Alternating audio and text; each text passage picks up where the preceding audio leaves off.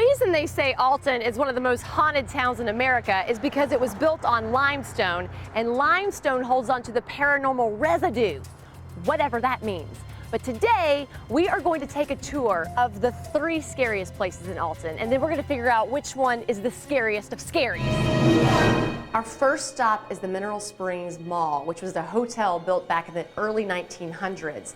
Several people have died here. Some were killed, some committed suicide, some natural deaths. This is the swimming pool in what used to be the hotel where a little girl drowned. So tell us that story. The little girl was having a birthday party. Somehow she was running and she fell into the pool, probably hit her head and fell in. And anyway, she was found drowned. And people see her ghost down here? She goes all over the building. Now the picture of the ghost at the pool, is that her? That is her. People bring her toys? Yes, they do. How do you know she's down there? We've gotten so many EVPs, and also the toys get moved. And she will play marbles with certain people. But we shouldn't be scared of her because she's just a little girl.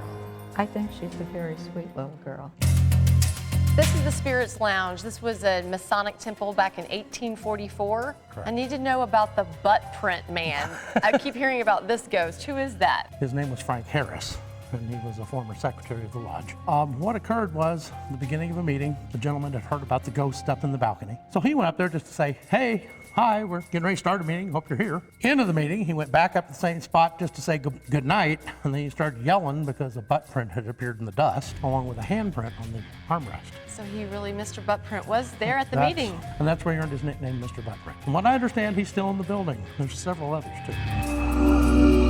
So the man who used to own this house was Henry McPike. You own it now, but there's a lot of ghosts in this house.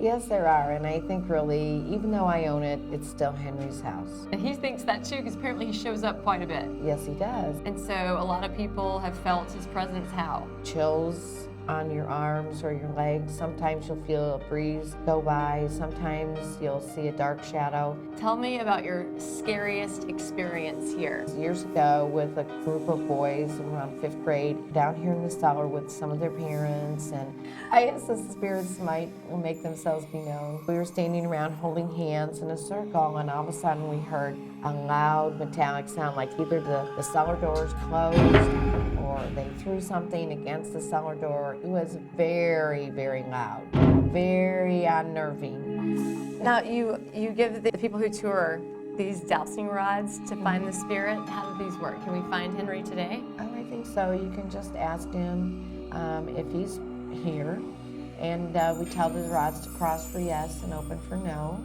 Okay. Henry, are you here? Oh, great. Henry's here.